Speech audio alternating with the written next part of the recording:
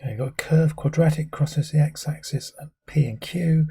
And you've got various other things happening. First of all, let's find where it crosses the x-axis at P and Q, and the x-axis, that means that y equals 0. So I have to put this in as 0. So I've got y equals, I'm going to factorize that. That'll be x and x.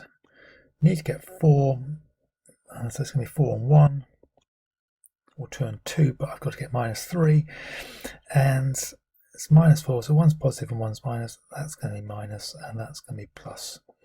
So when y is 0, y equals 0, x equals minus 1, or x equals 4. So now I know what it looks like. I'm going to draw a little sketch of it. It's -1, that's 4. There's it x squared, so it's positive x squared, so it's going to be a U-shaped. Sort of like that. And we've got to work out I'll do it in red, those two there, the tangents. We've got to find out the tangents where they meet at R. And having done the tangents, I work out the normals. And the normals meet here at S. Okay, and that bit there's P, and that one's Q. So I work out the tangents. Actually, fairly obviously by symmetry, they're going to cross at far. That'll be 1.5.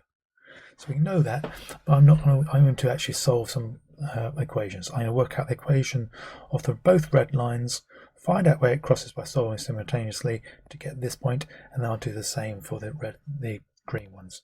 So first off, the tangents. I need to work out the gradient of the tangent, so therefore I need to differentiate.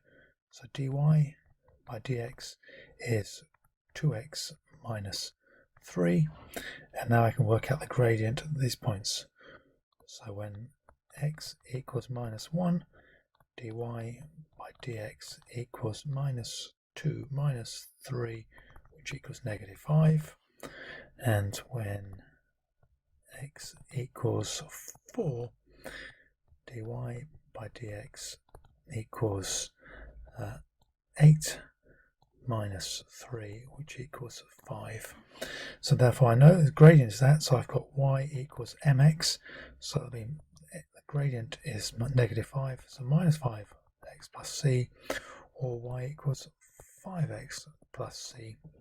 And I need to work out what the y value, the c is, so I need to substitute a value in, and we do know we've got -1, 0 is a point, that's that point P, and we know that we've also got 4, 0, so I substituted those in. Don't forget that the first one is the x value, the second one is the y value, so that will give me 0 equals -5 times -1, so that'll be +5 plus c, so c will equal -5, and that will give me y equals -5x minus 5, and that looks pretty good. So it crosses about there. And this one here, first one, that's x, that's y, so 0 equals 20 plus c, so c equals -20, so y equals 5x minus 20, and we can just check minus 20, that seems reasonable, the gradient is 5, and we can find the intersection, therefore these two things must be equal, so for intersection we get -5x minus 5 equals 5x minus 20. Add 5x to both sides, that can be 10x over here, and add 20 to both sides, that will give me 15, so x equals 1.5, which I said a while ago. So I need to find out what the y value is, so I will sub this into that one here, and that will give me that y equals 5 lots of 1.5, that's 7.5, take away 20 is -12.5. So I know the value for r, and now I've got to find the value for s. That's green, so I've got to get the equations of the normals.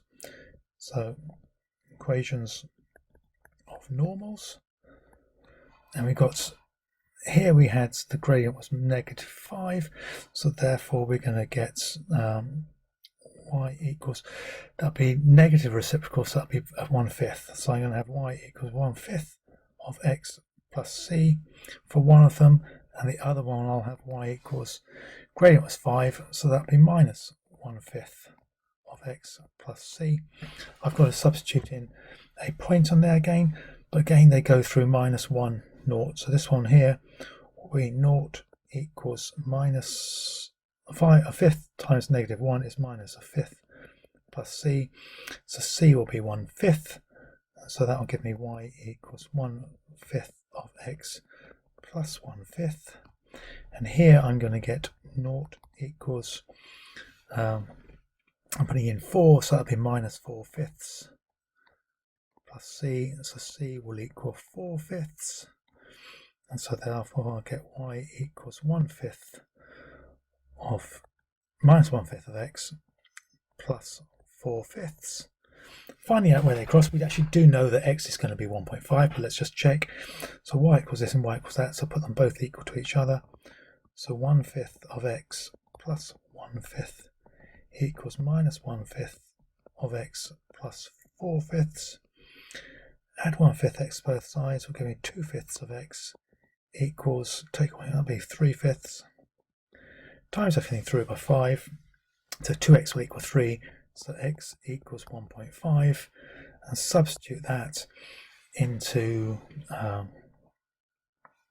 this one here, and that will give me y equals 1/5 of x plus 1/5, so y will equal 1/5 of 3/2 will be 3/10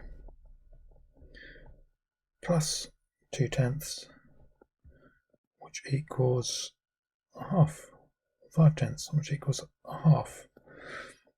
So the y value here is 1/5, is a 1/2, and that's minus 12.5.